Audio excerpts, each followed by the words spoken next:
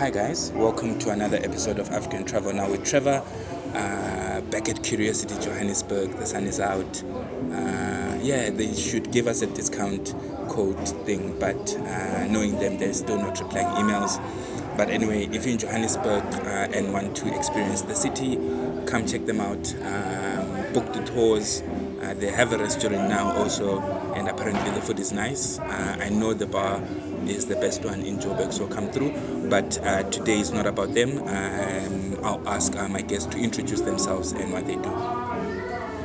Hi everyone, my name is Qhayisani. I am an artist manager and co-founder of African Culture.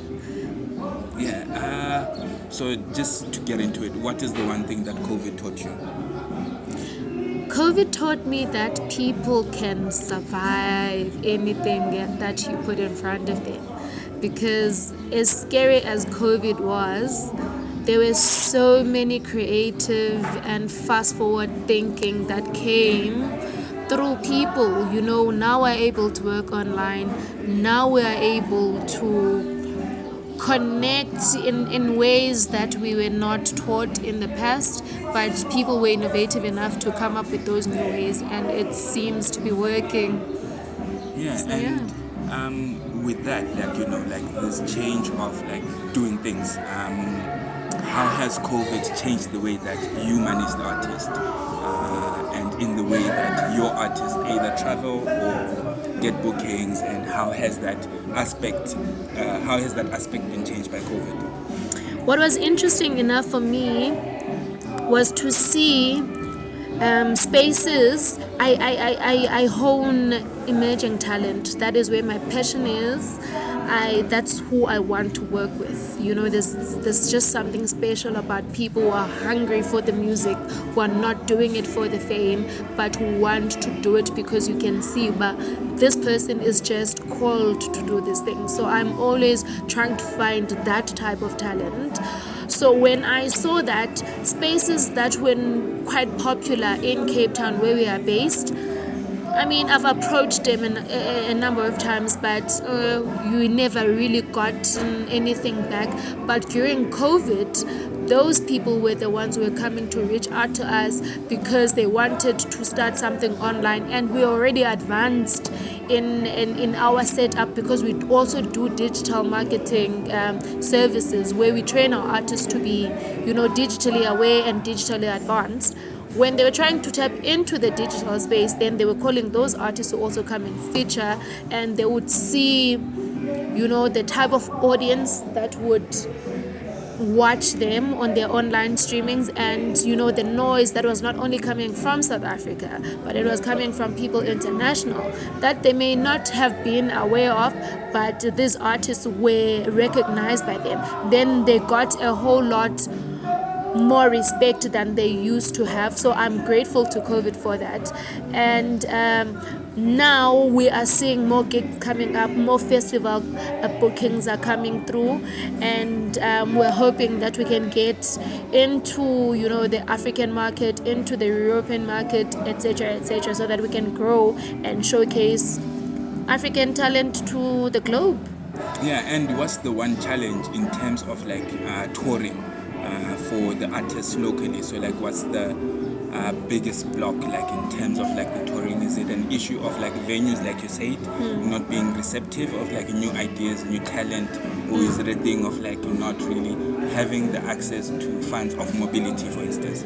So what's been the biggest one? You hit the nail in its head on your second point with funds, because now I'm already approaching festivals that are coming up internationally in 2024, but I'm always having to go back and sit and think, but how is this person going to travel to Europe? They don't make enough to get there. How is this person going to afford a visa to go to, even if it's not Europe, here in Africa, So funding is a big challenge that I am facing with my company. And I think if we can get just support, when the artist is booked, for that show, at least let's make it easier for them to get there. And then we know that from that gig there's going to be other gigs in those spaces to make the work a little bit smoother for them to showcase anywhere and everywhere in the world. Yeah, and like just a quick question, right? It's in terms of like tourism, how do you see like entities like Cape Town Tourism, the South African Tourism, South African Tourism, I think that's what they're called. How do you see them playing a role in driving event tourism and promoting local events, but also opening up access to guys like you? What type of information, because they have these programs that they're running around hosting events and pushing this event tourism thing. Do you guys get information around that, or is there other ways in which they can get this information to you guys? I think the information is there, but it's not reaching the right people. You find that if I am from Khayelitsha in Cape Town, I'm not getting the same access to information as the person who is from Rondebosch, closer to the city, especially when we're speaking tourism, because we're speaking a totally different market. We know that the government is looking to bring funds into the country, but sadly, that information does not reach everyone, which makes it even more difficult then for someone who's really pushing and doing the work, but demographically, they always hit that block to get to partner with the city or even collaborate or get the city on board, because there's paperwork that you may not even understand that you need to complete. There's certain requirements that are needed that you may not even be aware of or even know how to acquire all of those things to complete that profile that makes you sit on that table where you can now get the Cape Town Tourism to collaborate with an artist, so that not only the artist is showcasing their music in those different parts of the continent, but they're also showcasing the beauty of those continents that Umdo Khayelitsha, who's never traveled in their life, don't know about. And then I think like my second last question, for 2024, anyone who's looking to travel Africa and attend festivals, which are the two biggest festivals that you think they should attend?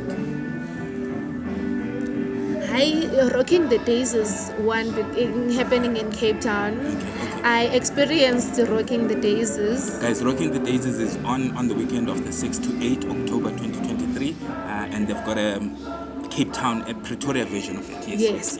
So Rocking the Diases, man, what they're doing is, I think, they're starting a revolution. They're starting a movement where they are very cautious about bringing in new talent onto their stages. Last year, I saw a lot of new artists that were given the platform. They were on stage and the audience loved them. So I think we need more festivals that are also just opening up space to new talent, give them that that chance to showcase, and you never know what might happen. So I'm looking forward to Rocking the Diases for that specific reason, and because I think it's just an amazing production as a whole. And the second one, Africa Rising. Yes. Okay. Tell us about Africa Rising. Africa Rising, it's celebrating the culture of Africa through music. So it's a beautiful festival, and I think, where does it happen? It's happening. I'm gonna have to double check my dates. But I will. Where is it? It's happening here in Joburg. So guys, check out, we don't know the dates. Check out Africa Rise Johannesburg 2023 or 2024. All the information will come up.